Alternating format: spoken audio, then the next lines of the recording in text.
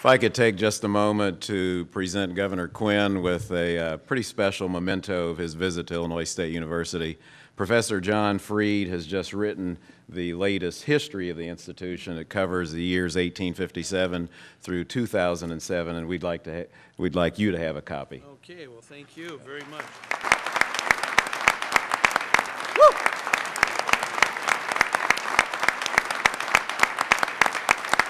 Really appreciate it.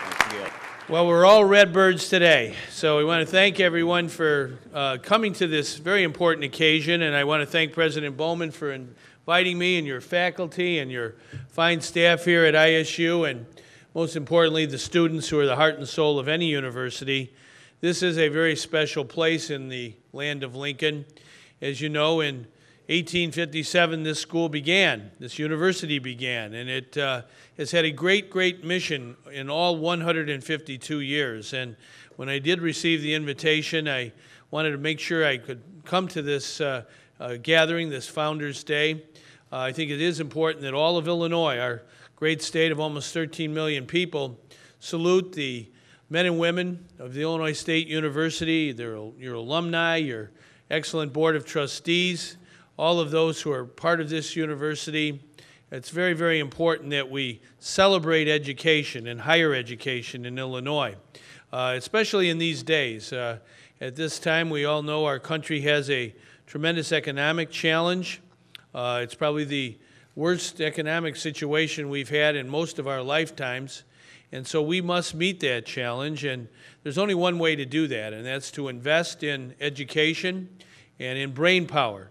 Jobs follow brain power, and we must have great institutions of higher learning like this one right here, focusing on training men and women for the rigors of the 21st century economy. And I have a younger brother who's a teacher, and he's been a basketball coach all of the years he's been a teacher at a high school in Oak Park, Illinois, Fenwick High School, where I attended, and he received 10 or 15 years ago, the Golden Apple Award for teachers in Illinois for excellence in teaching. And I remember that day that our family went to watch my brother John receive this award. There was a great speaker there, and he said that in life there are two forces.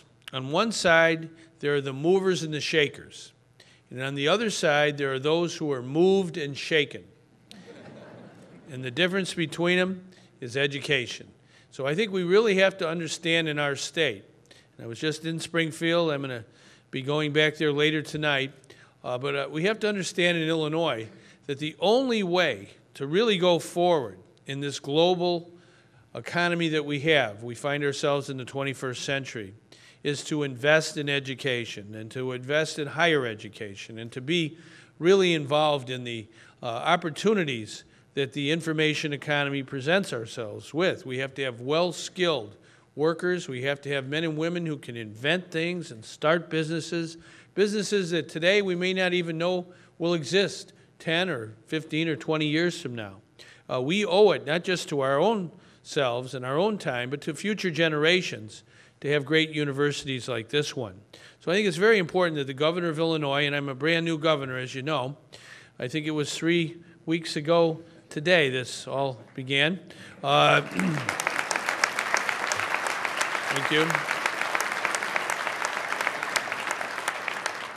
And there is a passage in Scripture from the Old Testament, and that's Isaiah, the Old Testament prophet. It said, "Here I am, Lord.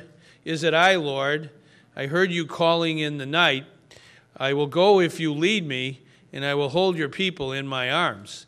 And that's my philosophy of being the governor of the great state of Illinois.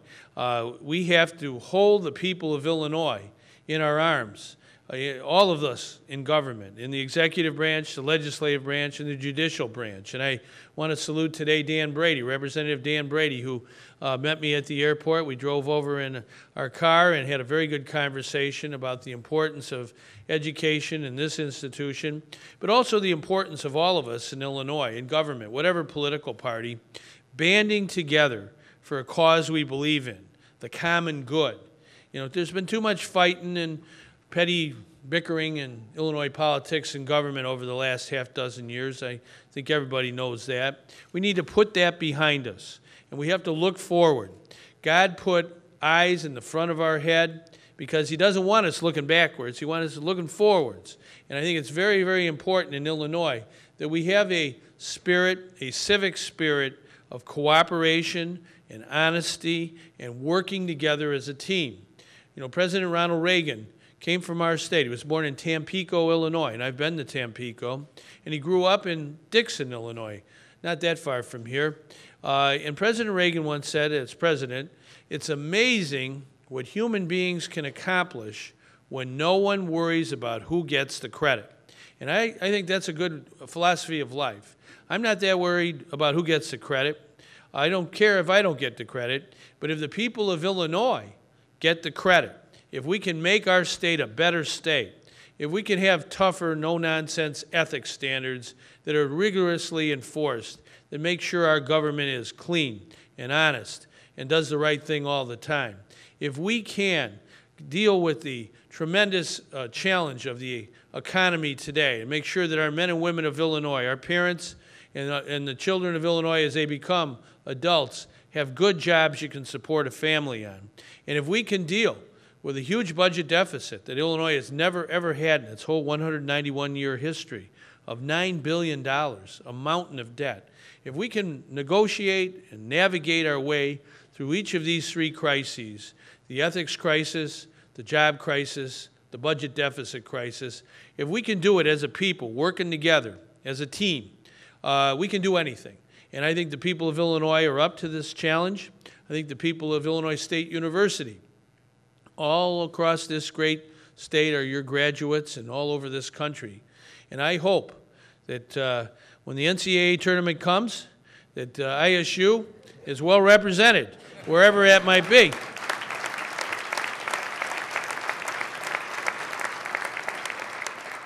I hope an Illinois school wins that basketball tournament. I know you got to be, depending on what part of the state you're from and where you're talking, but if an Illinois school wins, that's okay with me. But I think it's important that all of us in Illinois understand that we are one state. We can't have an attitude that one region is fighting another. We're all in this together, especially in a crisis. Everybody in, nobody left out. And that's why I'm here today, because I want to let everyone know in the family of the Illinois State University that we are a family in Illinois. Today I had a very difficult job. In the morning, at 10:30, we had the funeral of Christopher Sweet, Specialist Christopher Sweet. I was with his mom and dad and his brothers, and we laid him to rest. He gave his life for our country in Iraq. And this week, 4 different soldiers from Illinois we've had funerals for. And I think it's very, very important to salute this university. We've had Portrait of a Soldier, which is the hand-drawn portraits of the men and women of Illinois who have given their lives for our democracy since September 11th of 2001. This university had a very beautiful ceremony when I was lieutenant governor where we honored those men and women just as we honored Christopher this morning. There are no words in the English language, Spanish language, or any language to relieve the pain of a mom and dad who have known a son or daughter from the day they were born and to have to bury them. But that young man, Christopher Sweet, like all of his comrades who have given their lives for our country, they believed in Abraham Lincoln's words. And Abraham Lincoln, as you know, last Thursday, 200th bicentennial of his birth, the 200th anniversary of the bicentennial. And Abraham Lincoln at Gettysburg in 1863, in 272 words, summed up the essence of American democracy, that it's government of the people and by the people and for the people. It shall not perish from this earth. And I think it's very important that we have good education for the people, decent health care for the people, public safety for the people. If we do that, we can always make the will of people the law of the land. Thank you very much.